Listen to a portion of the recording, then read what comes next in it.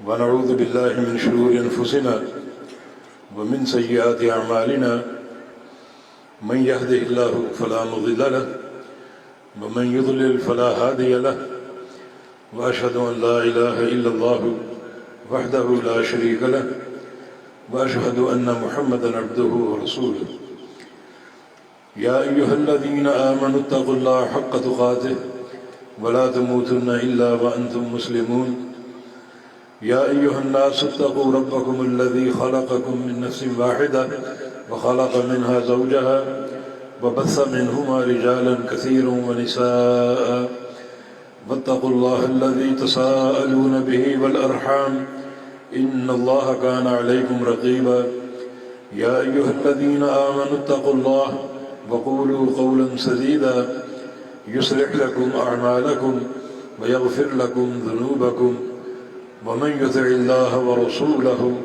فقد فاز فوزا عظيما اللهم صل على محمد وعلى آل محمد كما صليت على إبراهيم وعلى آل إبراهيم إنك حميد مجيد اللهم بارك على محمد وعلى آل محمد كما باركت على إبراهيم وعلى آل إبراهيم إنك حميد مجيد سبحانك لا علم لنا إلا ما علمتنا إنك أنت العليم الحكيم رب اشرح لي صدري ويسر لي أمري واحلل عقدة من لساني يفقه قولي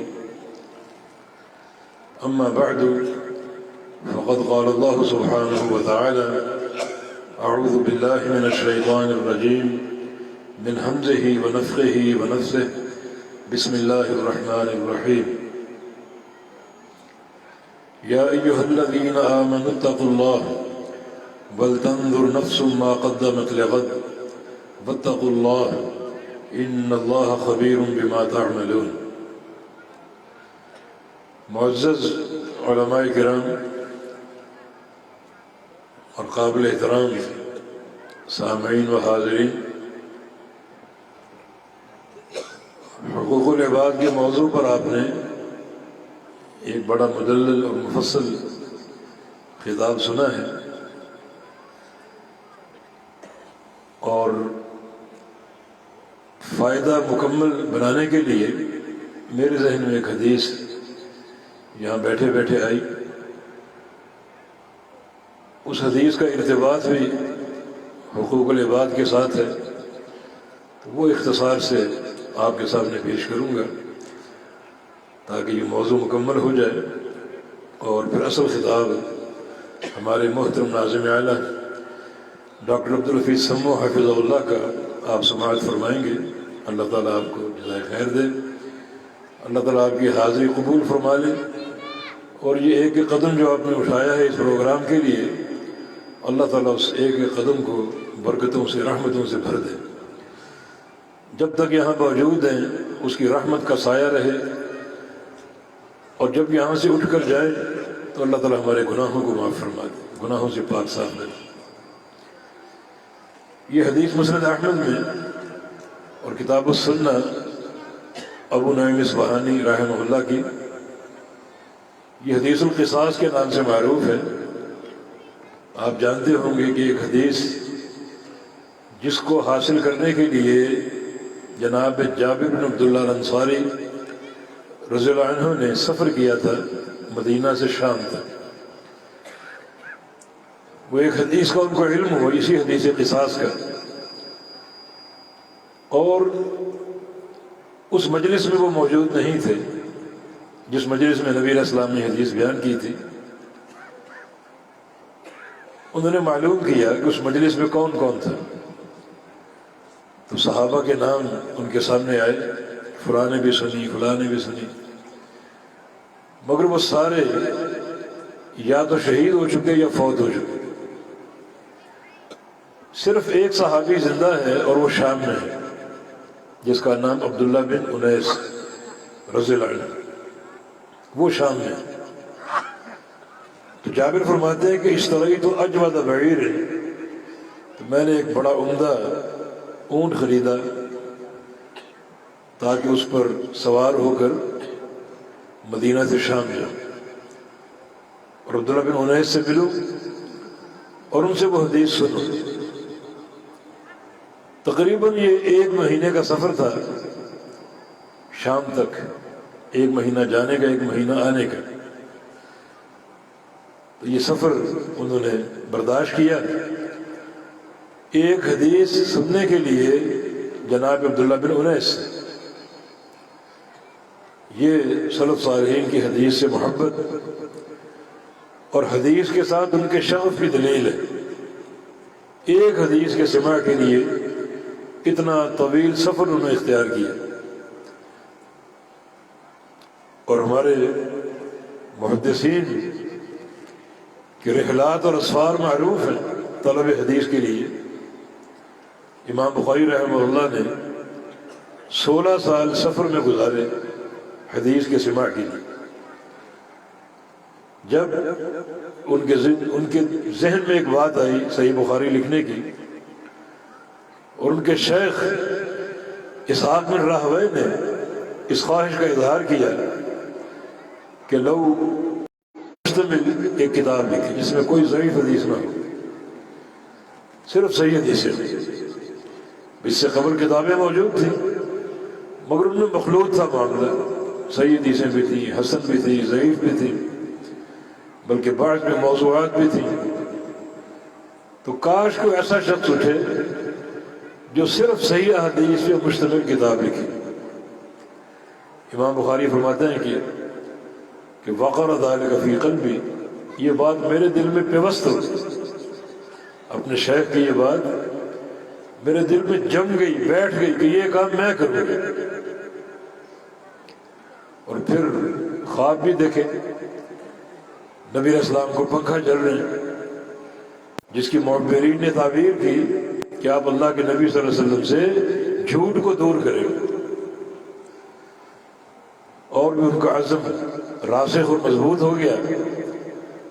اور پھر انہوں نے سفر شروع کیے، جہاں جہاں محدثین تھے ان تک پہنچے، جو ثقہ محدثین، منہجی محدثین۔ امام بخاری فرماتا ہے کہ سمعت اکثر من 1000 شیخ وما سمعت الا من قال الایمان قول وعمل یزید وینقص۔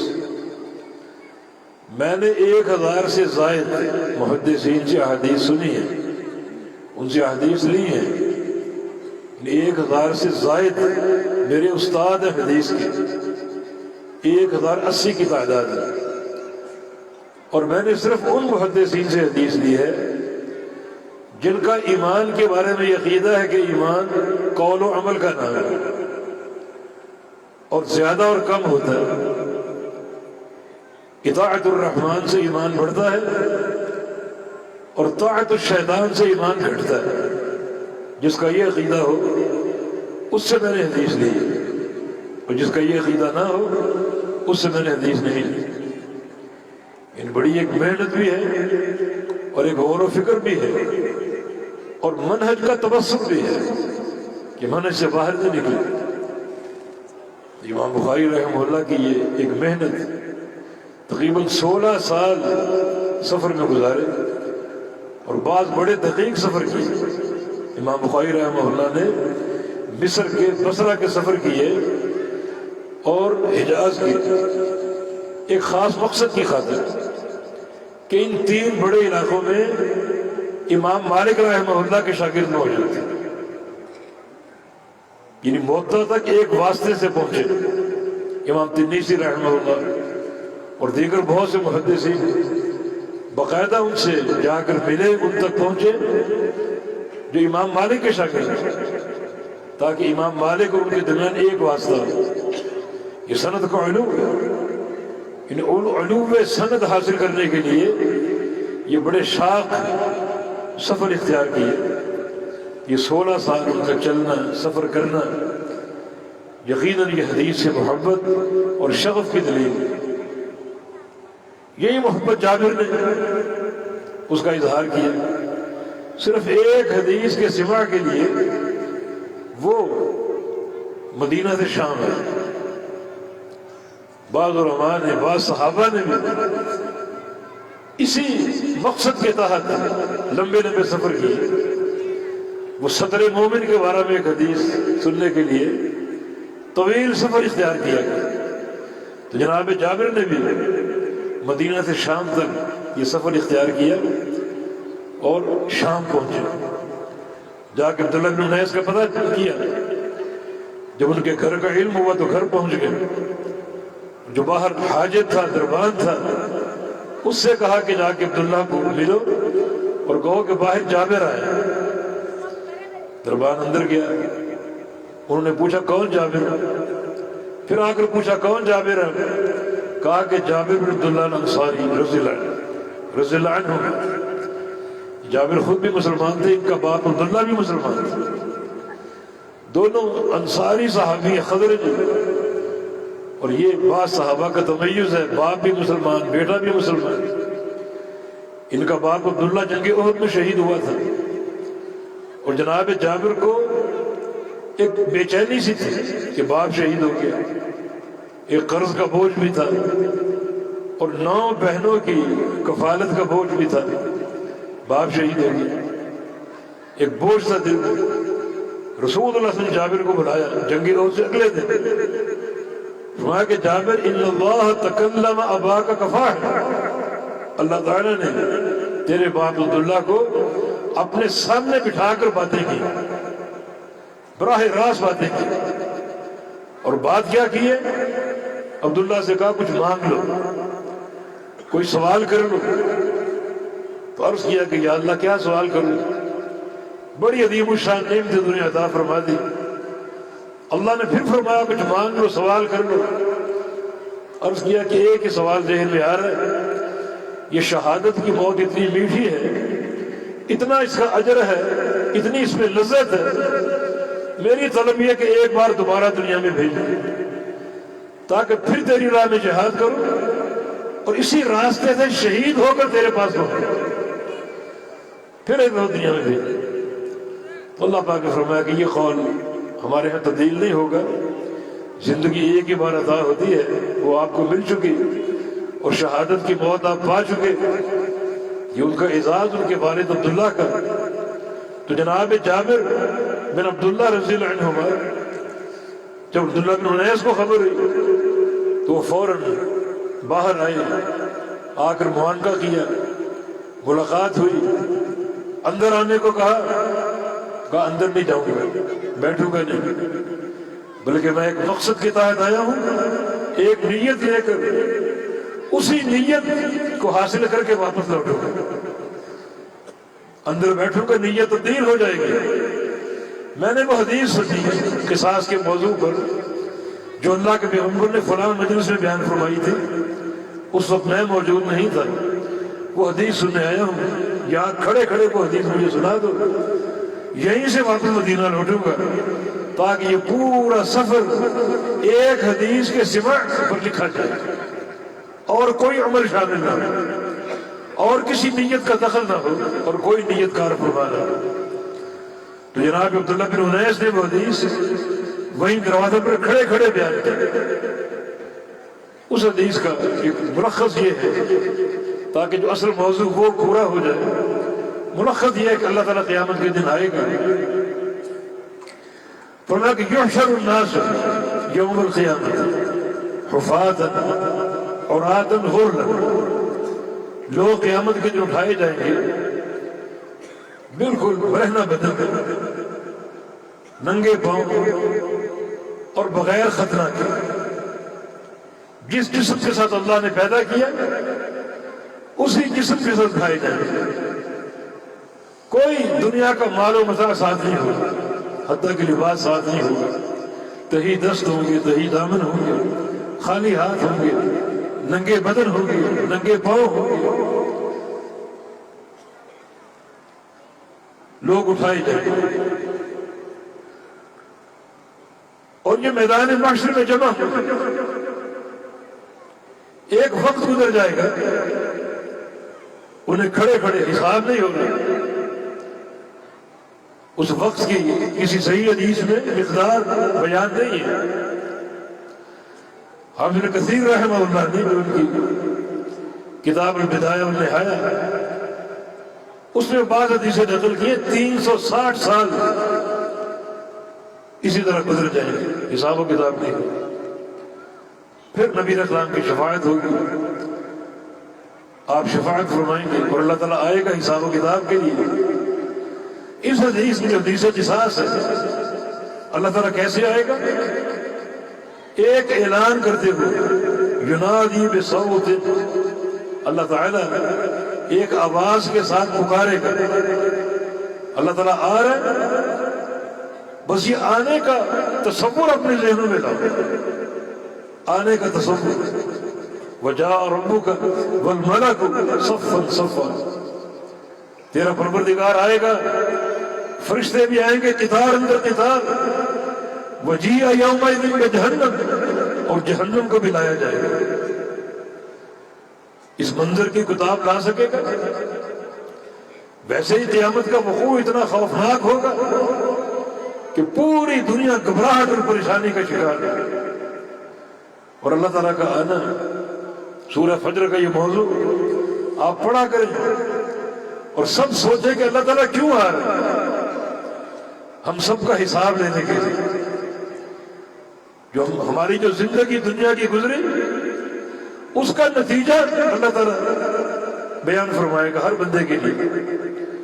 اعمال نامے تقسیم ہوں گے، کسی کو دائیں ہاتھ میں، کسی کو بائیں ہاتھ میں، اعمال تولے جائیں گے پورے سر میزان میں، اور اگلا مرحلہ پورے صراط سے گزرنے کا ہوگا جو جہنم پر نصب ہوگا۔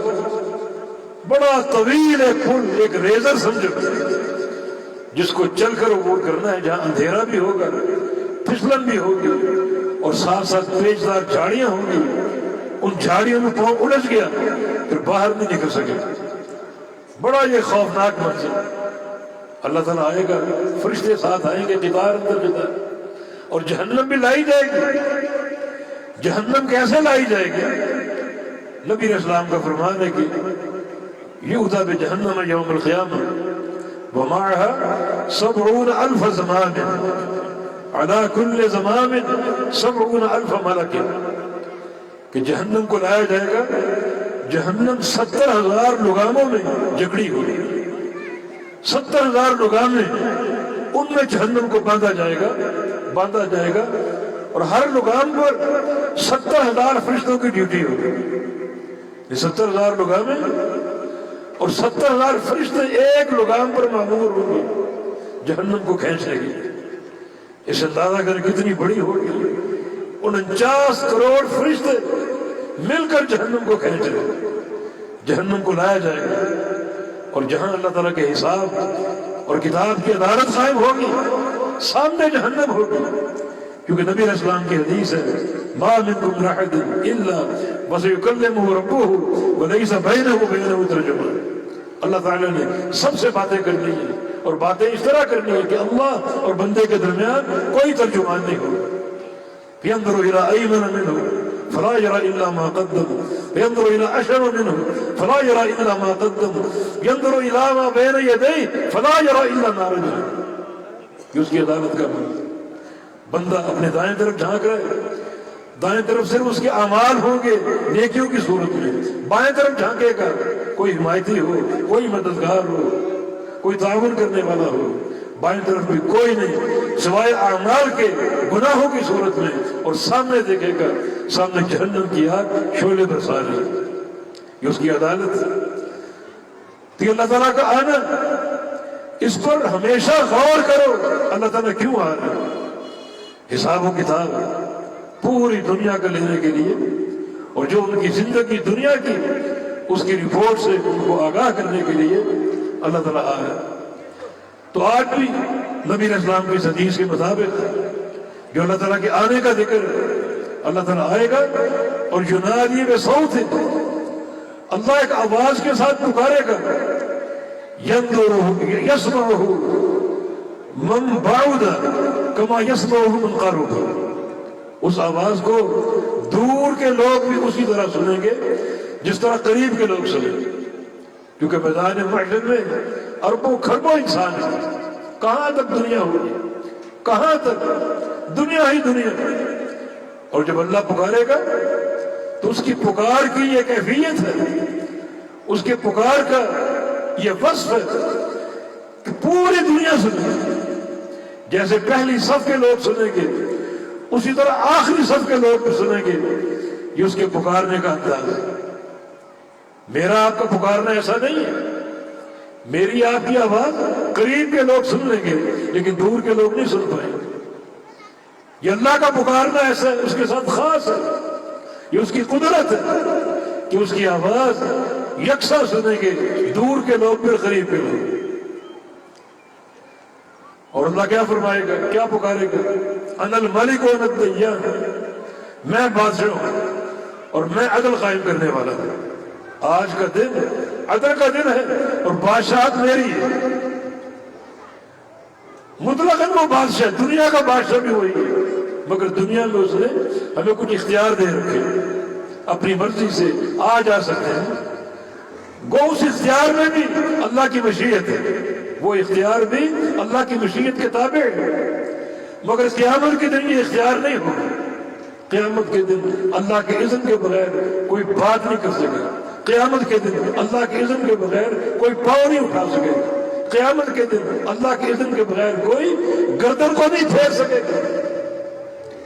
جس طرف منہ ہے اسی طرف دیکھے گا. دائیں بائیں جھانکنا، پیچھے کو جھانکنا اللہ کے اذن کے بغیر ممکن نہیں ہوگا. جس کی دلیل نبی علیہ السلام کی حدیث ہے، جب آخری شخص جس نے جنت میں داخل ہونا ہے اسے جہنم سے نکال کر باہر رکھا جائے گا. اب وہ نکل چکا باہر. نبی علیہ السلام کا فرمان ہے کہ وہ اپنے آپ کو دنیا کا سب سے خوش نصیب انسان سمجھے گا. مجھے جہنم سے نکال دیا گیا. اب وہ کھڑا ہے سامنے جہنم ہے، کھڑا ہے، وہ جہنم نظر آ رہی، جہنم کی شعلے نظر آ رہی. تو کیا کہے گا؟ رب اصرف وجہی عن النار وعزتک لا اسألک غیرہ.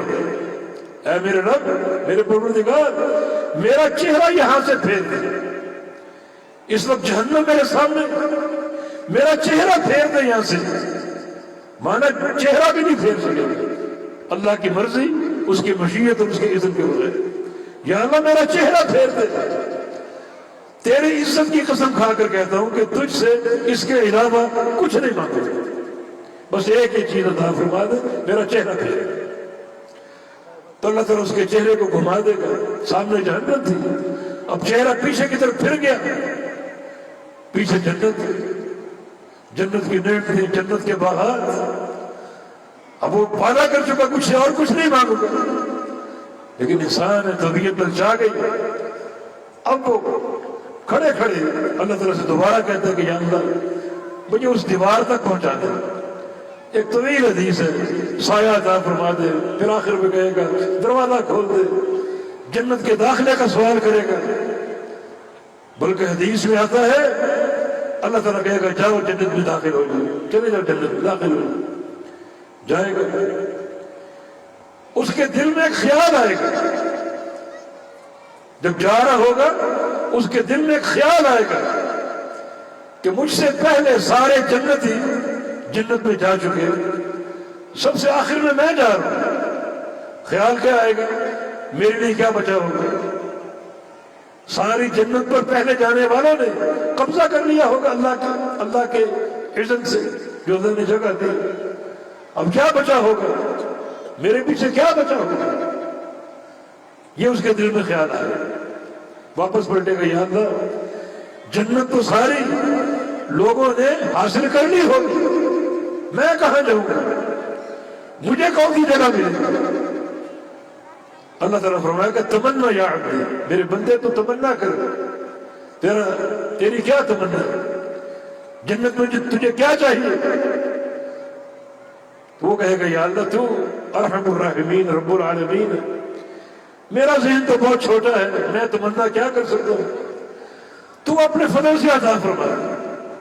اللہ تعالیٰ فرمائے گا جتنی یہ دنیا تھی، دنیا کی زمین تھی، اتنی تجھے آزاد کر دوں جنت کی، خوش ہو جاؤ گے؟ بڑا حیران کہ یا اللہ تو رب العالمین اور تو مجھ سے مذاق کرتا ہے. اللہ تعالیٰ فرمائے گا نہیں، دنیا نہیں، اس دنیا کے برابر 10 گنا اور تمہیں عطا کرتا ہے. فرمایا کہ سب سے آخر میں جنت میں جا رہے، سب سے آخر میں. اللہ تعالیٰ کی رحمت، اس کی اس رحمت کی وسعت، اس کے خزانے، ان کو حاصل کرنے کی دعائیں کیا کرو۔ اس کی رحمت کا دائرہ تنگ نہیں ہے۔ پوری دنیا کو جنت میں بسانے کے بعد بھی جنت بہت سی باقی بچ جائے گی، بہت سی جنت باقی بچ جائے گی، جہنم بھی باقی بچ جائے گی۔ جہنم حل میں مزید کر رہی ہے، اور یا اللہ اور بھیج حتیٰ کہ سارے جہنمی ختم ہو گئے تو اللہ تعالیٰ اپنا قدم جہنم میں داخل کرے گا، جس سے جہنم کا دائرہ سکڑ جائے گا اور قط قط کہے گی بس بس بس میں بھر گئی، میرا پیٹ بھر گیا۔ اس طرح جنت میں بھی بڑی خالی جگہ بچ جائے گی، تو اللہ تعالیٰ جنت کی خالی جگہ بھرنے کے لیے اپنا قدم جنت میں داخل نہیں کرے گی۔ یہ اس کی شان ارحم الراحمین کے خلاف ہے۔ نبی علیہ السلام کا فرمان ہے صحیح بخاری کی حدیث، ينشئ اللہ لها خلقا آخر، اللہ تعالیٰ ایک اور مخلوق پیدا کرے گا اور بندے پیدا کرے گا اس خالی جگہ کو بھرنے کے لیے۔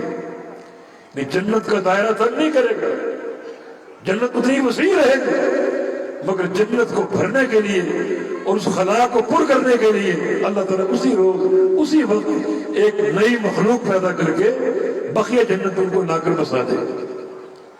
تو اللہ تعالیٰ کا آنا، اس کا اختیار، انا الملک وانا الدیان، میں بادشاہ ہوں اور میں عدل کرنے والا ہوں۔ اور آگے جو بات ہے وہ قابل غور ہے، جس کا تعلق اسی حقوق کے موضوع سے۔ اللہ فرمایا کہ یا اہل الجنہ، یا اہل الجنہ لا یستطیع احد منکم ان يدخل الجنة وعلیہ حق من احد من اہل النار حتی اقصہ منہ۔ اے وہ لوگوں جن کے پاس نیکیوں کے ڈھیر، اپنے آپ کو جنتی سمجھتے ہیں کہ ہم جنت میں داخل ہوں گے، جنت کا طمع ان کو ہے، جنت کی لالچ ان کو ہے، جنت کی خواہش بھی ہے اور جنت کے حصول کی امید بھی ہے۔ تم لوگ سن لو، اس وقت تک تم جنت میں داخل نہیں ہوگے کہ اگر تم پر کسی جہنمی کا حق ہے، کسی جہنمی کا حق۔ ہمارے ہاں ایک اسرا ہے نا، جائے جہنم میں جائے بھاڑ میں، ہمیں کیا قیامت کی نظر نہیں ہوتی۔ اگر آپ نے کسی جہنمی انسان کا حق مارا ہے، اللہ تعالیٰ کیا فرما رہا ہے؟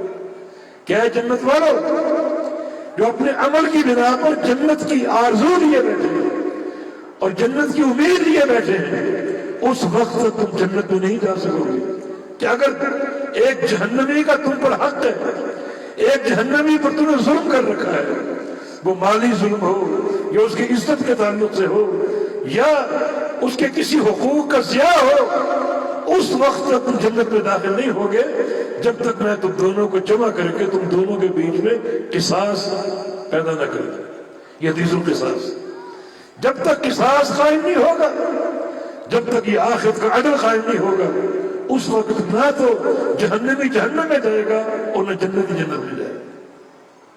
اب دیکھیں کتنا کڑا معاملہ، کتنا کڑا معاملہ۔ ایک طرف جہنمی، ایک طرف جنتی، ایک طرف وہ شخص کھڑا ہے جو گناہوں کی گٹھیاں لیے کھڑا ہے، اور ایک طرف یہ جس کے پاس نیکیاں ہی نیکیاں ہیں۔ بلائے نظر آ رہا کہ یہ جہنمی اور یہ جنتی، اور اللہ فرمایا کہ اے جنتی سن لے، اس وقت تک جنت میں نہیں جائے گا اگر اس جہنمی کا تم پر کوئی حق ہے، تم نے کوئی ظلم کر رکھا ہے، اس کا حق مار رکھا ہے، اس وقت تک تم جنت میں نہیں جاؤ گے جب تک دونوں کو جمع کر کے میں قصاص قائم نہ کروں۔ صحابہ نے عرض کیا یا رسول اللہ صلی اللہ علیہ وسلم، ابھی آپ نے بتایا کہ تم خالی ہاتھ آؤ گے، ننگے بدن آؤ گے، حتیٰ کہ ننگے پاؤں آؤ گے، تو پھر یہ انصاف کیسے قائم ہوگا؟ جس کا حق ہم نے مارا اسے کیا دے کر راضی کریں گے؟ دنیا کا معاملہ تو ہے نا، کچھ مال دے دیا، کچھ پیسہ دے دیا، صلح کر لی، کوئی دوستی کر لی، حق ادا کر دیا، لیکن قیامت کے دن حق کیسے ادا کریں گے؟ ہم تو خالی ہاتھ ہوں گے، تہی دست اور تہی دامن ہوں گے، نہ پیسہ ہوگا نہ کوئی روپیہ ہوگا، خالی ہاتھ اٹھیں گے۔ تو کیا کہہ کر ہم جنتی اس جہنمی کو راضی کریں گے؟ تو رسول اللہ صلی اللہ علیہ وسلم نے ارشاد فرمایا جو آخرت کا قصاص ہے یہ روپے پیسے سے قائم نہیں ہوگا، درہم و دینار سے قائم نہیں ہوگا، بلکہ بالحسنات والسیئات، وہ آخرت کا قصاص قائم ہوگا نیکیوں اور گناہوں کے ذریعے۔ جس کا تم نے حق مارا ہے اس کو بھی اللہ بلائے گا، تمہیں بھی بلائے گا، دونوں کو جمع کر دے گا، دونوں کھڑا کرے گا۔ کھڑا کہاں کرے گا؟ اس کے بارے میں حدیث میں دو چیزیں سمجھ میں آتی ہیں، دونوں میں سے کوئی ایک جگہ، یا تو پورے سے رات پر جاتے جاتے بیچ میں قنطرہ، اس قنطرہ پر جمع کرے گا، اور یا پورے سے رات کو عبور کرنے کے بعد آگے جنت کے داخلے کا مرحلہ ہے تو اللہ تعالیٰ قنطرہ مقام جو حدیث میں بیان ہے وہاں کھڑا کر کے انصاف قائم کرے۔ تو یہ دنیا کا درہم اور دینار آخرت کی کرنسی نہیں ہے، آخرت کی کرنسی نیکیاں اور گناہ ہے۔ پھر کیا ہوگا؟ جس نے حق مارا ہے، جس نے ظلم کیا ہے، اللہ تعالیٰ اس کی نیکیاں اور اس ظلم کا وزن کرے گا، وزن کرے گا، دیکھے گا یہ نیکیاں کتنی جاتی ہیں، کہاں تک پہنچ گئی۔ ظلم اگر بڑھ گیا، نیکیاں دب گئی، تو اس کی ساری نیکیاں اس مظلوم کو دے دی جائیں۔ لیکن ابھی تو ظلم دب گیا، ظلم بڑھ گیا ہے، نیکیاں دب گئی، پھر اللہ اس وزن کو پورا کرنے کے لیے اس مظلوم کے سارے گناہ اس ظالم کو دے دے گا۔ جو کچھ وقت قبل اپنے آپ کو جہنمی سمجھ رہا ہے اس کے پاس ڈھیروں نیکیاں آ گئی، اور جو کچھ وقت قبل اپنے آپ کو جنتی سمجھ رہا ہے اس کے سر پہ ڈھیروں گناہوں کا بوجھ آ گیا۔ اخروی قصاص کا طریقہ، اللہ تعالیٰ ظالم کے ظلم کو سامنے کرے گا اور اس کی نیکیوں دونوں چیزوں کو تولے گا، بدل کرے گا۔ اور اگر ظلم زیادہ ہے، نیکیوں پر غالب آ گیا، تو ساری نیکیاں اٹھا کر اس مظلوم کو دے دی جائے۔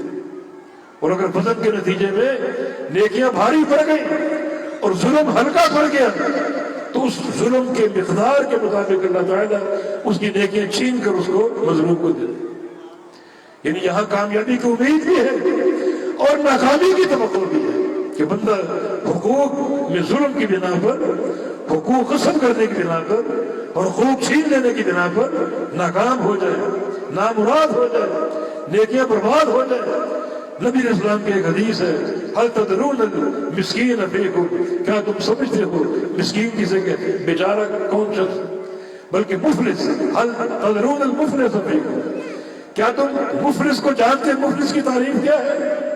صحابہ نے کہا جی ہاں، مفلس وہ ہے من لا درہم لہ ولا دینار، جس کے پاس دنیا کا روپیہ پیسہ نہ ہو، دنیا کی دولت نہ ہو۔ فرمایا یہ مفلس نہیں ہے، مفلس وہ ہے جو قیامت کے دن ڈھیروں نیکیاں لے کر جاء یوم القیامت بحسنات، نیکیاں لے کر آئے، نمازیں، حج، عمرے، زکاتیں، صدقات، ڈھیروں نیکیاں، مگر دنیا میں اس کا طرز عمل کیا تھا؟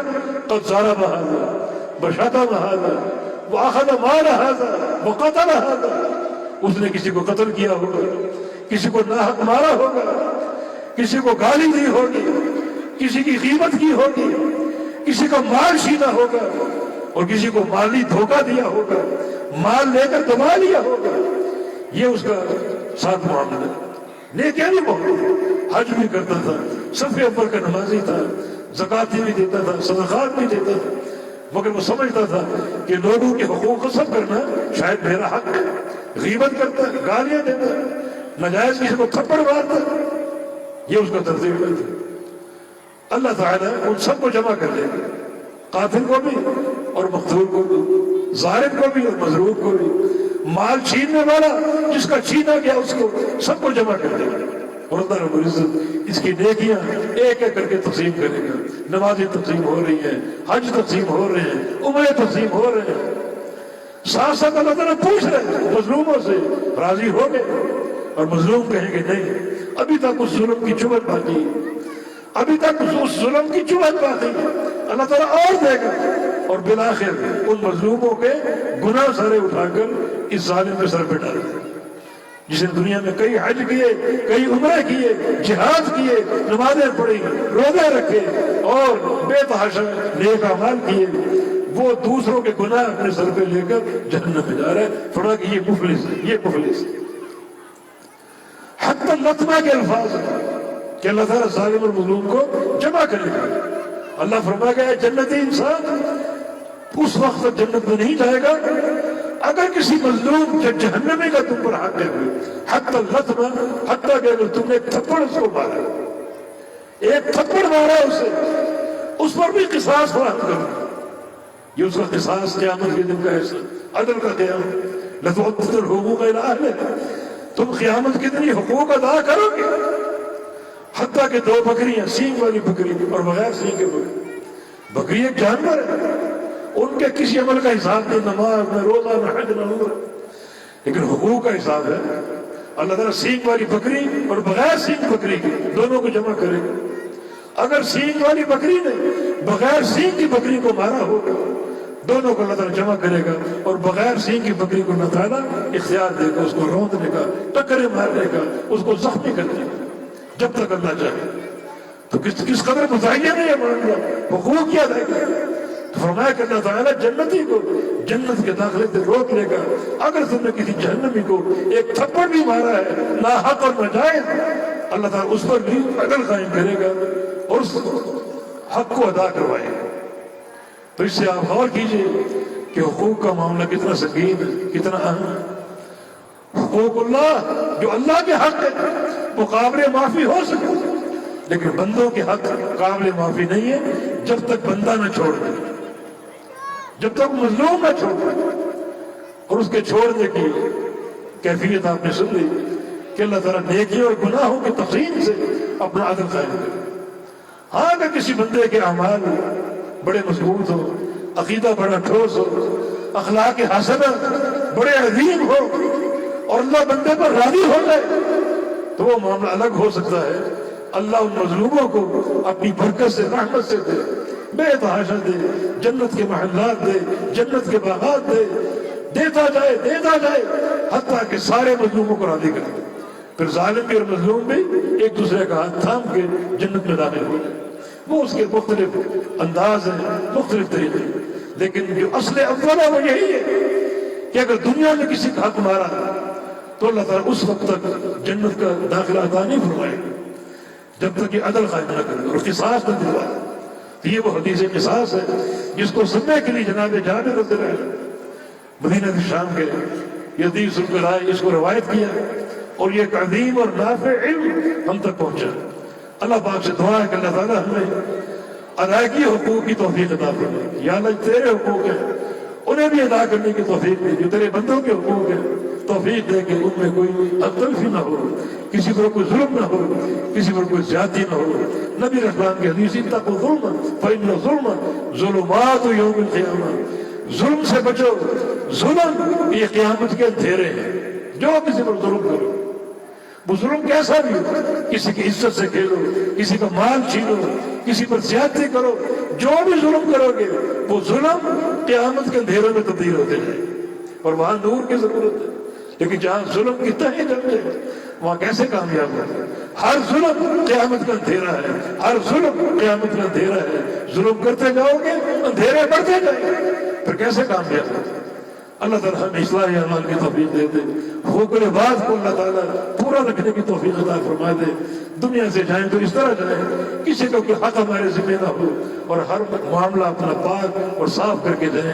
نبی اسلام کی یہ حدیث بڑی قابل غور ہے، خوب ان کو سامنے رکھو اور حقوق کے تعلق سے جو اپنے نصب العین ہے، اپنی سوچ اور فکر ہے، اس کو مستقیم کرنے کی کوشش کرو۔ اللہ پاک توفیق عطا فرما دے۔ اقول قولی ھذا واستغفر اللہ لی ولکم وآخر دعوانا ان الحمد للہ۔